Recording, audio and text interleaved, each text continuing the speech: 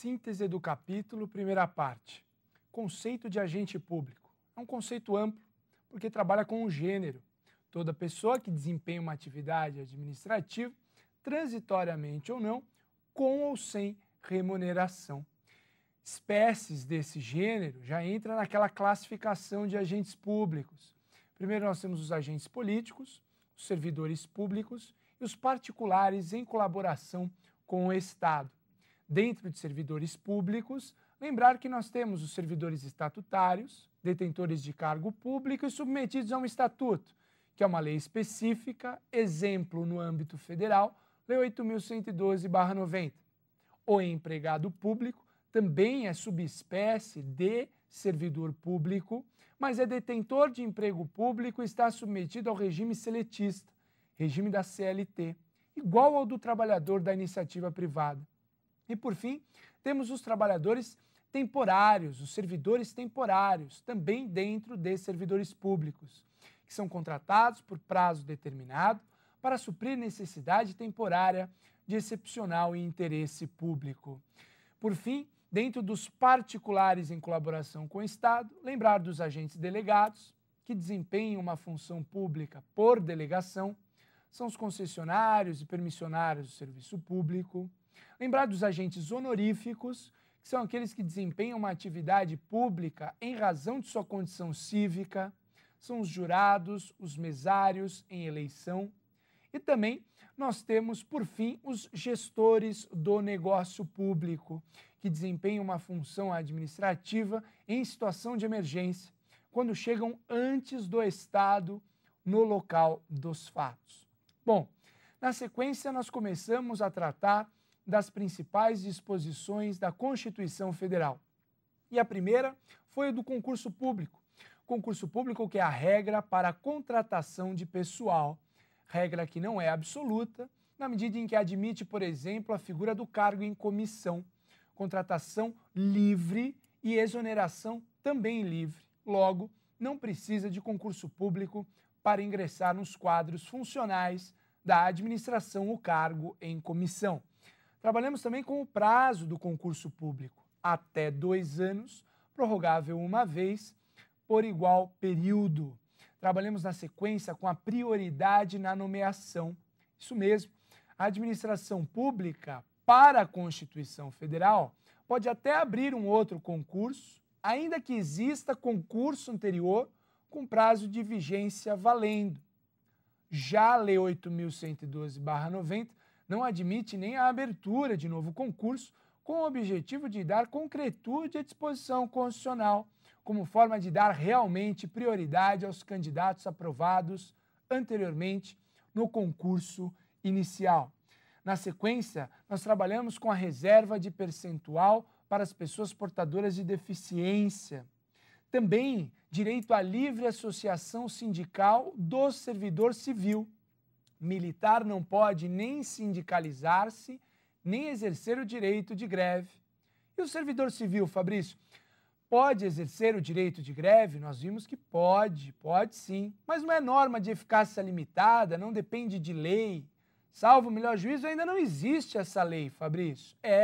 Mas o Supremo Tribunal Federal entendeu pela aplicação da Lei 7783 de 1989, que é a lei que regulamenta o direito de greve do trabalhador da iniciativa privada.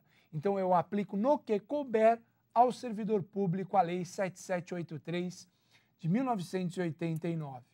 Vimos o teto remuneratório. Servidor público não pode ganhar mais do que ministro do STF. Esse é o teto absoluto. Mas temos também os chamados subtetos. Dentro de um município, ninguém ganha mais do que o prefeito. Dentro de um estado, depende do poder. No poder executivo, ninguém ganha mais do que o governador. No poder legislativo, ninguém ganha mais do que o deputado estadual. No poder judiciário, ninguém ganha mais do que o desembargador do Tribunal de Justiça. Porém, no tocante aos juízes, essa eficácia da Constituição, desse último subteto, foi suspensa, porque fazia diferença entre juiz estadual e juiz federal. Juiz federal poderia ganhar até o que ganha o ministro do STF. Juiz estadual só poderia ganhar até o desembargador do Tribunal de Justiça. Portanto, eficácia suspensa desse último subteto pelo Supremo Tribunal Federal. Vimos também a irredutibilidade dos vencimentos e dos subsídios dos servidores públicos, a acumulação de cargos públicos, que em regra é proibida, salvo quando existir compatibilidade de horários. 2 cargos de professor, um de professor com outro de técnico e científico, 2 de profissionais da área da saúde, com profissões regulamentadas. Nessas hipóteses, existindo compatibilidade de horário, é possível falar em acumulação de cargos remunerados. Obrigatoriedade do regime jurídico único. Redação original da Constituição era essa: ou todo mundo é seletista ou todo mundo é estatutário. Em 98, emenda 19 acabou com a obrigatoriedade do regime jurídico único, mas, recentemente, por decisão do Supremo Tribunal Federal, suspendendo o teor da emenda 19 nesse aspecto, apenas nesse aspecto, voltou, portanto, à obrigatoriedade do regime jurídico único. Logo, novamente, administração direta, autárquica e fundacional, ou é estatutário o servidor, todos os servidores, ou todos os servidores são seletistas.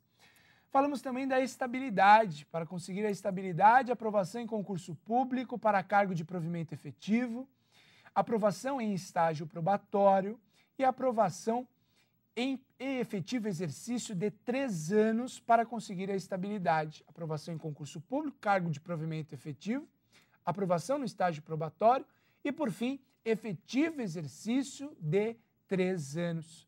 Essa estabilidade não é absoluta.